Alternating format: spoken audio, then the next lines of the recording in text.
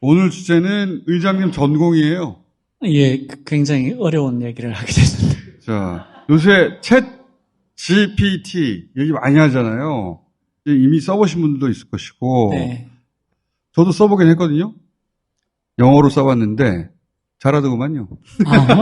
굉장히 잘합니다. 네, 저는 문법 틀린 문장 집어넣고 이거 고쳐달라고 그러거든요.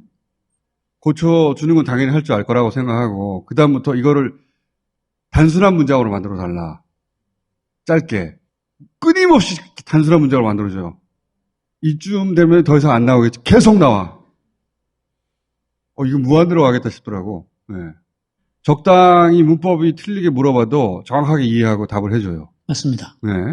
챗 GPT라는 게 굉장히 선풍적인 인기를 전 세계적으로 누리고 있죠.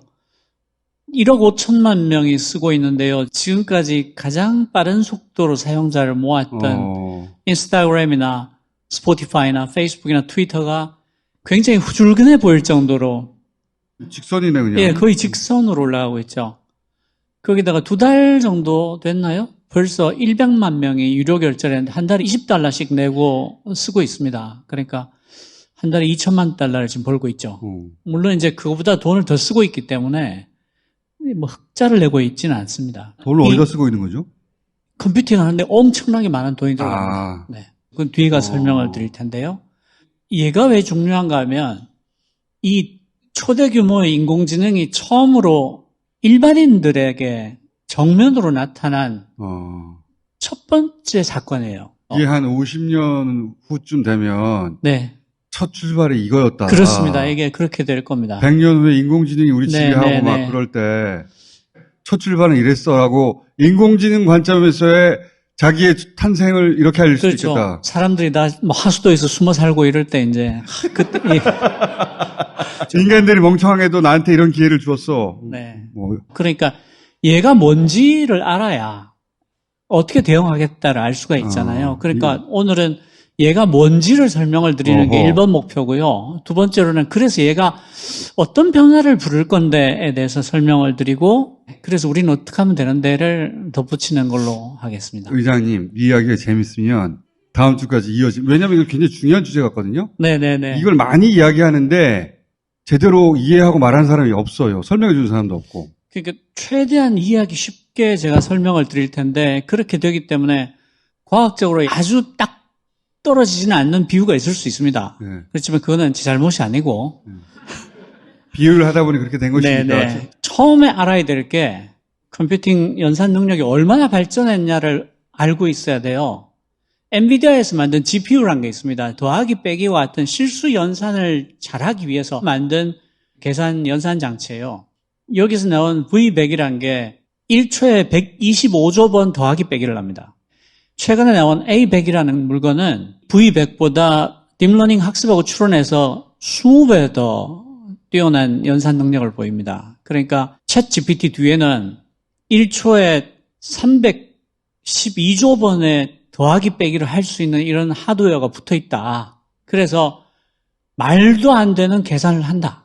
이게 전제가 됩니다. 그 다음 페이지를 보시면요. 제가 2년 전에 네이버가 인공지능으로 뉴스를 편집하기 때문에 뭐 공정하고 오류가 없다는 대단히 기술적인 헛소리를 할 때 한번 인공지능에 대해서 설명을 그렇죠. 드리면서 했던 말인데요. 네. 스타를 인공지능으로 뉴스 걸러낸다는 얘기는 다 거짓말이라고. 굉장히 정교한 헛소리를 했죠. 애초에 인공지능, 그러니까 기계가 사람처럼 추론할 수 있게 하기 위해서 처음에 접근했던 건 전문가 시스템이란 방식이었어요. 고양이 사진을 가려내라고 하면 고양이의 모든 특징을 입력하는 거예요. 코는 어떻게 생겼고, 꼬리는 어떻게 생겼고, 털은 어떻게 생겼고, 색깔은 어떻고, 이런 방식으로 하니까 초기에는 스코어가 점점 올라가는 것 같다가 데이터가 일정 규모 이상으로 들어가면 점수가 그대로 있거나 도로 떨어져요. 왜냐하면 예외가 너무 많으니까. 예를 들어서 고양이는 다리가 4개라고 그랬는데 네. 교통사고를 당해서 다리가 하나 없는 고양이도 그렇습니다. 인간은 고양이인 줄 아는데 네, 얘는 고양이 아니라고 해버리는 그렇죠. 거죠. 네. 사람은 금방 보면 알잖아요. 고양이라는 걸. 그래서 인공지능의 겨울이 2번이 왔다가 하드웨어가 방금 보신 것처럼 끔찍하게 발달하고 딥러닝이라는 그 뉴럴 네트워크, 그 인간의 그 뇌의 신경말을 작동 방식을 본따서 만드는 딥러닝이라는 모델이 발전하면서 새로운 돌파구가 열려요. 딥마인드라는 곳에서 만든 알파고가 이세돌 구단을 바둑에서 이겼잖아요. 그게 뉴럴 네트워크 방식으로 만든 차세대 인공지능이었어요. 그러니까 지금 챗GPT는 그 계열로 가고 있는 겁니다. 아까 고양이 사진으로 돌아가면 이 새 인공지능은 어떻게 하냐면 예전에는 사람이 특징을 다 넣었잖아요. 이 새 방식은 그 구분하는 것까지를 인공지능에 다 맡깁니다. 그러니까 고양이 사진을 한 10만 장을 주고 이 10만 장의 사진들의 차이점을 네가 다 잡아내라. 그래서 원래는 인간이 야 고양이는 다리가 4개고 네네네네. 털이 이렇게 있고 이렇게 인간이 전문가처럼 특징을 잡아서 교육을 시켰는데 네. 그게 아니고 데이터를 왕창 주고 예. 네가 공통점을 찾아. 그리고 사진을 15만 장을 때려넣고 보통 한 15만 장 정도 필요하다고 하는데요. 15만 장을 때려넣고 이 사진들의 다른 특징들을 다 잡아내라. 그 잡아낸 하나하나를 매개 변수라고 불러요. 그러니까 매개 변수가 1억 개, 뭐 10억 개 이렇게 되는 건데요. 이게 엄청 잘 맞추는 거예요. 1000만 개라고 쳐요. 1000만 개의 매개 변수 하나하나에 대해서 가중치를 주는 거예요. 그러니까 1부터 1000만이 있으면 1은 요 변수는 0.00001, 요 변수는 0.00025, 뭐 이런 식으로 점수를 쭉 주면서 계속 전체 연산을 해보는 겁니다. 이 1000만 개의 변수들에 대해서 각각 가중치를 이렇게 주니까 고양이를 기가 막히게 맞추더라. 근데 문제는 맞추기는 기가 막히게 잘 맞추는데 왜 잘 맞추는지는 알 수가 없어요. 인간이 사용하는 고양이를 구분하는 변수를 사용하지 않으니까 네네네. 뭘 사용했는지 알 수가 없는 거야. 그러니까 설명을 할 수 없는 거예요. 근데 얘가 어쨌든 잠재된 패턴들을 잘 찾아내는 방식이라는 것을 알게 됐어요. 우리가 5살만 돼도 고양이하고 강아지를 구분하잖아요. 말로 설명은 못하지만 그 설명할 수 없는 어떤 숨어있는 패턴을 얘가 잘 찾아내더라까지 알아낸 거예요. 그래서 이런 차세대 인공지능에 대해서는 과학적인 발명이라기보다 과학적 발견에 가깝다라고 설명한 사람들도 있어요. 인간이 사고하는 패턴대로 컴퓨터가 움직이도록 했더니 컴퓨터가 열심히 학습을 해서 인간이 학습하듯이 학습한 거예요. 그래서 이제 일부에서는 얘가 사람의 언어가 작동하는 어떤 방식을 훌깃 들여다본 게 아닌가. 이렇게 이야기한 사람들도 있어요. 자, 그게 이제 딥러닝이라고 하는 방식이고 네네네. 그 방식을 활용한 게 이 챗 GPT인데 그 중에서 가장 앞서 있는 모델 중에 하나가 얘예요. 챗 GPT라고 했는데 챗은 대화형이라는 뜻이에요. 대화형이라는 게 두 가지 의미인데 입력을 대화형으로 자연스럽게 한다. 그 또 하나는 우리가 대화를 하려면 단기 기억을 갖고 있어야 돼요. 너 어제 뭐 했어? 뭐 극장에서 영화 봤어. 그거 재밌디? 라고 할 때 그거라고 하는 게 앞에 극장에 가서 영화를 봤다는 걸 기억을 해야 그거라고 할 수 있잖아요. 그거 주연 배우 누구였어? 누구다? 그러면 그 친구 참 연기 잘하지. 라고 했을 때도 이미 극장에 가서 영화를 봤다. 그 영화의 주인공이 누구였다라는 걸 다 갖고 있어야 대화를 할 수 있잖아요. 그러니까 이런 단기 기억을 갖고 있다라는 뜻도 있어요. 대화가 된다. 그 다음 페이지에. GPT의 G는 generative, 생성하는, 만드는, 그러니까 만드는 인공지능이다. 얘가 그림을 학습하면 그림을 그리고요. 동영상을 학습하면 동영상을 만들고, 글을 학습하면 글을 쓰는데, 챗GPT는 글을 만드는 generative. 그 다음이 P는 pre-trained, 사전 학습한 이란 뜻인데, 뭘 학습을 했냐면 라지 랭귀지 모델이라고 해서 거대한 언어 모델을 학습을 했다는 건데 어느 정도로 거대한가 하면 3천억 개의 단어와 5조 개의 문서를 학습을 했다는 건데 여기 인간이 만든 거의 모든 문서를 다 봤다라고 할 수도 있어요. 그리고 여기서 사전 학습한이라는 건 두 가지 의미가 있는데 하나는 이런 거대 언어 모델을 사전 학습했다는 뜻도 있고 그 다음에 다른 것을 학습을 시킬 때는 퓨샷 러닝이라고 해서 그 분야에 관한 모든 데이터들을 안 줘도 조금만 줘도 얘가 학습을 한다. 그런 의미도 있어요. 그러니까 기가 막힌 거죠. 얘가 언어를 학습했을 뿐인데 어떤 전문 분야에 대한 것도 몇 개의 데이터만 주면 마치 잘 알고 있는 것처럼 그럴듯한 답을 내놓는다.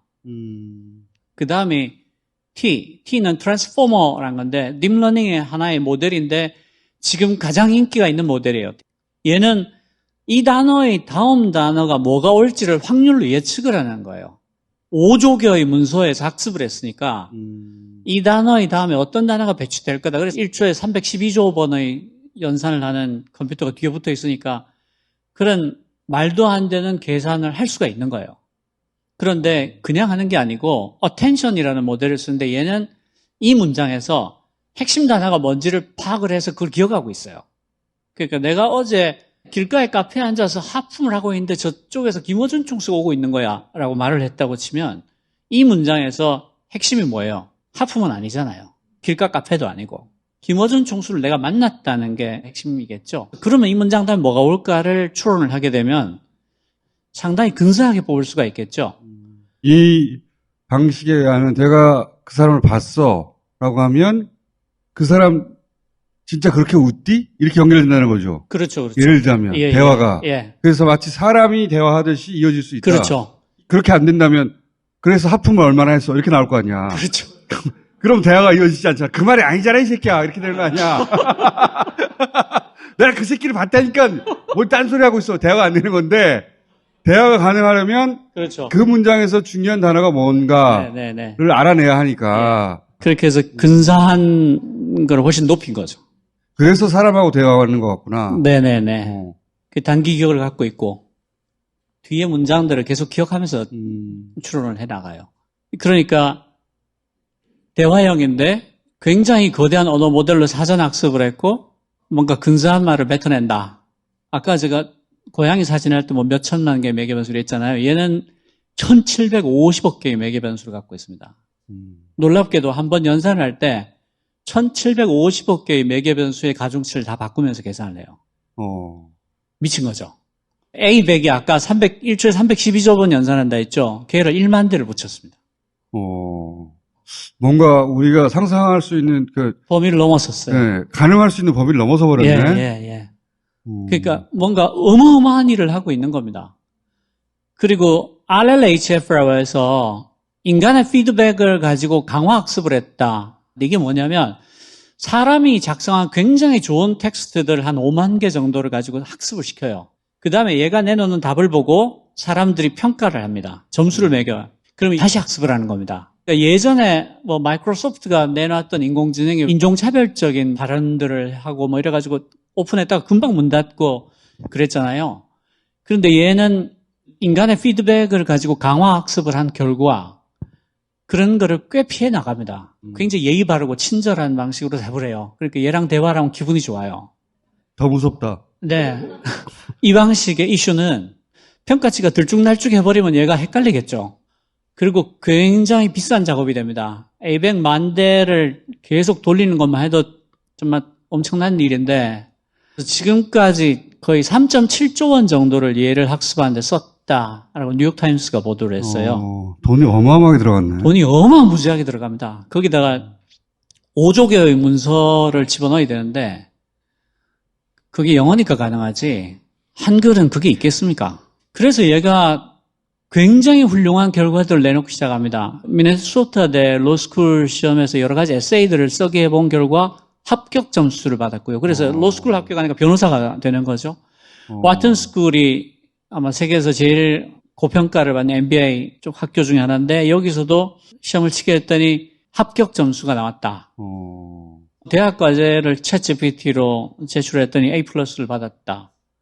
이런저런 결과들 때문에 이 챗GPT를 옹호하는 쪽에서는 인간의 언어 모델의 일부가 이 1750개의 매개 변수 안에 들어가 있을 거다. 어딘가에. 어떤 이 흐름의 어딘가에 인간의 언어 모델의 일부가 들어가 있지 않겠는가. 혹은 인간이 생각하는 것과 굉장히 비슷한 방식이 어딘가에 묻어 있을 거다라고 말하는 전문가들도 있어요. 그러니까 얘를 발명이라기보다 발견이라고 부르는 건 이유가 있는 거죠. 그래서 잠재된 패턴, 프로그래밍은 인간이 만든 언어잖아요. 그러니까 굉장히 규칙적이고 닫힌 세계에 있어요. 그러니까 이런 것에 대해서는 얘가 굉장히 잘 쓰입니다. 제가 아는 소프트웨어 회사들이 좀 실력 있는 곳은 전부 다 얘를 쓰고 있어요. 똘똘한 조수 한 서너 명 내 옆에 붙어 있는 거 비슷하다라고 얘기를 해요. 그 법률 사무직도 사실 굉장히 엄격한 형식에 따라 그렇죠. 규칙적인 말들을 뱉어내잖아요. 법조문에 근거해야 하니까. 네네네. 일기예보라든가 스포츠 경기의 결과라든가 주식시장의 움직임이라든가 이런 것들은 숫자에 따라 말하는 게 정해져 있잖아요. 주식 거래도 마찬가지고 특히 그래픽 디자이너가 얘를 잘 쓰는 사람일 경우에는 짧은 시간에 굉장히 많은 일을 할 수도 있기도 해요. 그러니까 챗GPT에 대해서 사람들이 열광하는 데는 분명히 이유가 있는 거죠. 특히 잠재된 패턴이 있는 곳들, 닫힌 세계인 곳들, 엄격한 형식에 따라서 비슷한 것들을 토해내는 곳들에서는 굉장히 유용합니다. 유발 하릴인가? 그 양반이 했던 말인데, 말씀하신 게 생각난 건데, 이런 인공지능이 등장하면 사람들은 로봇이 등장해서 인간의 단순 반복, 육체 노동을 대신할 것이라고 상상하지만 실제 인공지능과 로봇이 가장 먼저 대체할 것은 전문 영역이다. 정확히 그렇습니다. 네. 네. 원래 바둑 같은 거 대체할 수 없다고 그랬잖아. 대체돼버렸어. 마찬가지로 이런 인공지능의 딥러닝이라면 사실은 전문직이 먼저 대체되겠어요. 그러니까 지금 이 인공지능들이 어려운 일은 쉽게 하고 쉬운 일은 어렵게 합니다. 그러니까 말씀하신 것처럼 전문직들이 대체될 가능성이 더 높다. 그렇게 나와요. 검사들부터 대체해야 되겠어. 검사들부터. 상당한 정도로 대체할 수 있을 겁니다. 상당한 정도로. 네. 아까 챗GPT가 다음에 어떤 단어가 올지를 통계적 확률적으로 guesswork을 한다고 그랬잖아요. 짐작을 한다. 근데 확률이 필요하지 않은 분야에서는 어처구니 없이 약합니다. 5자리 이상의 더하기 빼기는 웹을 다 털어봐도 안 나올 때가 있어요. 1, 2, 3, 4, 5 더하기 5, 6, 7, 8, 9를 웹에 누가 올려서 그걸 문서에 쓰겠습니까? 그래서 5자리 이상이 더 센 거 뺄셈은 형편없어요. 10%도 못 맞춘다는 그게 있어요. 아, 그러니까 이 사고 패턴으로는 더하기 빼기의 원리를 이해한 게 아니기 때문에. 그렇죠. 원리를 이해한 게 아니잖아요. 5조 개의 문서에서 긁어온 데이터를 가지고 어떤 확률로 배치가 되는가를 얘가 짐작을 하는 거니까. 가장 싼 계산기도 할 수 있는 걸 못하는 거구나. 그렇죠. 그 마이크로소프트가 챗GPT를 자기들 검색 서비스 빙에 붙이겠다. 그래서 구글이 비상이 걸려서 자기들은 검색 시장을 잃으면 모든 걸 잃는 거니까 바드라는 대화형 인공지능을 급히 내놨어요. 그래서 시연을 하는데 9살 어린이에게 제임스 웹 우주망원경의 새로운 발견에 대해서 어떻게 설명해 줄 수 있니? 라고 물으니까 얘가 태양계 밖 행성을 처음 찍는데 사용됐다라고 답을 했어요. 근데 이게 거짓말이에요. 실제로는 2004년에 유럽 남방 천문대의 초거대 망원경 VLT가 먼저 찍었어요. 이것 때문에 이틀 만에 구글의 시가총액이 200조가 날아갑니다. 구글 AI의 능력 이거밖에 안 되는 거구나. 네. 구글의 미래가 불안하다. 네네. 이틀 만에 200조가 날아갔어요. 그리고 이 방식의 인공지능이 피할 수 없는 게 있습니다. 할루시네이션이라고 하는데요. 미국의 응급의학과 전문의 제레미 파우스트라는 사람이 챗GPT를 써보니까 얘가 너무 멀쩡하게 잘하는 거예요. 가상의 환자의 그 진단 결과를 집어넣었어요. 35세 여성이고 과거 병력이 없다. 흉통, 가슴에 통증이 있고 숨 쉴 때 통증이 심해진다. 그리고 피임약을 복용하고 있다. 이거 뭐냐? 라고 했더니 얘가 그 늑연골염일 가능성이 크다. 라고 했어요. 이 의사가 볼 때 이건 맞는 진단이라는 거예요. 한 번 더 물어보니까 폐색전증일 수도 있다라고 답을 했어요. 여기까지는 너무 근사했는데 그 다음에 얘가 갑자기 늑연골염이 경구 피임약 복용으로도 유발된다. 이렇게 말을 했어요. 이건 완전 거짓말이었거든요. 그래 의사가 근거가 있냐? European Journal of Internal Medicine에 관련 논문이 나와 있다. 논문의 번호까지 탁 붙여서 대답을 했어요. 근데 거짓말이에요. 그런 논문이 없어요. 아예 인터넷상에? 아예 없어요. 그럼? 왜 이런 게 나오냐면 아까 얘기했죠. 얘가 이 단어 다음 단에 나올 가장 그럴듯한 말들을 찾는다고요. 얘가 볼 때 이건 너무나 그럴듯한 말이었던 거예요. 그러니까 얘가 참인지 거짓인지를 뽑아내는 기계가 아니고 이런 질문에 대해서 가장 그럴듯한 답을 뽑아내는 기계니까 거짓말인데 이거는 거짓말이죠. 인간 네. 세계에서는. 근데 얘는 트랜스포머 방식으로 다음에 어떤 단어가 올지를 예측해서 내놓는다고 그랬잖아요. 그러니까 얘가 참말을 내놓는 게 아닌 거예요. 그냥 가장 그럴듯한 말을 내놓는 거예요. 그러니까 얘가 거짓말할 때는 기가 막히게 그럴듯하게 하는 거예요. 그 다음에 모차르트의 첼로 협주곡에 대해서 물으니까 얘가 곡을 5개를 촥 내놓는데 퀘헬 넘버까지 붙여요. 퀘헬 넘버가 모차르트의 곡을 연대 순으로 번호를 붙인 거잖아요. 근데 모차르트의 첼로 협주곡은 남아있는 게 없어요. 근데 이 친구는 퀘헬 넘버까지 붙여요. 왜 그랬을까요? 그래야 그럴듯하거든요. 이거 진짜 유명하다. 개놈 새끼 아니야? 그러니까 뭔가 허언증 환자 같죠. 그러니까, 그 미국의 벤처 가디드 AI라는 곳에서 자기들이 조사하니까 전체 20% 정도의 답변에서 할루시네이션 오류가 보이더라. 왜냐하면 얘는 정답을 뽑아내는 기계가 아니라 가장 그럴듯한 답을 뽑아내는 기계이기 때문에 그래요. 야, 진짜 위험하다, 근데. 이게 지금 AI의 최신 기법인데, 네. 그 기법으로 사람들이 깜짝 놀랄 답을 내놓긴 하는데, 그 중에 한 20% 정도는 개뻥이라는 거 아니에요. 그러니까 할루시네이션을 피할 수는 없어요. 이 방식에서는. 이게 네. 1%만 된다 하더라도 99%가 맞아왔기 때문에, 그렇죠. 이때까지 보니까, 야, 1억 번 했는데 9,990만 번이 맞았기 때문에 사람들은 당연히 맞다고 생각하고 어떤 AI에게 결정을 맡겼더니 우리 운명을 결정하는 판단이 거기서 나오면 어떡해. 그렇죠. 우리가 이제 하수도에 가서 사는 거죠. 야, 더 무서운데, 이거? 아까 구글 바드가 실수를 했다 그랬잖아요. MS 빙에 붙은 것도 마찬가지 실수를 하는데 무선 청소기를 추천해라고 해서 받아가지고 얘 단점이 뭐냐 했더니 코드가 짧다. 무선 청소기에 무슨 코드가 있습니까? 그래서 노엄 촘스키 같은 세계 최고의 언어학자는 얘가 천문학적인 양의 데이터에 접근해 규칙성, 문자열 등에 기반해서 문장을 만드는 첨단 기술 표절 시스템이다. 이렇게 주장하기도 합니다. 그러니까 이 주장은 얘가 인간의 언어 모델과 인간의 사고방식의 일부를 들여다보았을지도 모르겠다라고 하는 그 해석하고는 반대편에 있는 거죠. 흉내냈을 뿐이다. 네네. 이게 얀 러쿤이라고 세계적인 AI 학자가 이렇게 말을 하는데요. 그러니까 굉장히 비슷하게 만드는 길로 아무리 가봐야 굉장히 비슷할 뿐이다. 진정한 AI는 아니다, 그것이. 네. 특이점이라고 하잖아요. Artificial General Intelligence가 인간의 지능을 넘어서는 지점을 Singularity라고 하는데 우리를 하수도에 집어넣을 그 지능을 인공 일반 지능이라고 불러요. 라지 랭귀지 모델, 거대 언어 모델로는 절대로 그리로 가지 못해 라고 얀 르쿤이 주장을 합니다. 그리고 테드 창이 세계적인 SF 소설 작가인데 이 사람이 너무 멋있는 말을 해요. 챗 GPT는 웹의 흐릿한 JPEG, 웹의 흐릿한 이미지일 뿐이다. 그러니까 오늘은 여기까지만 하죠. 아, 그래요? 2부에 걸쳐서 해야 되겠어. 지금까지 이해가 되시죠? 네. 예. 테드 창이 했던 이 말이 왜 멋진 말이냐. 그럼 여기까지 하고 끊을게요.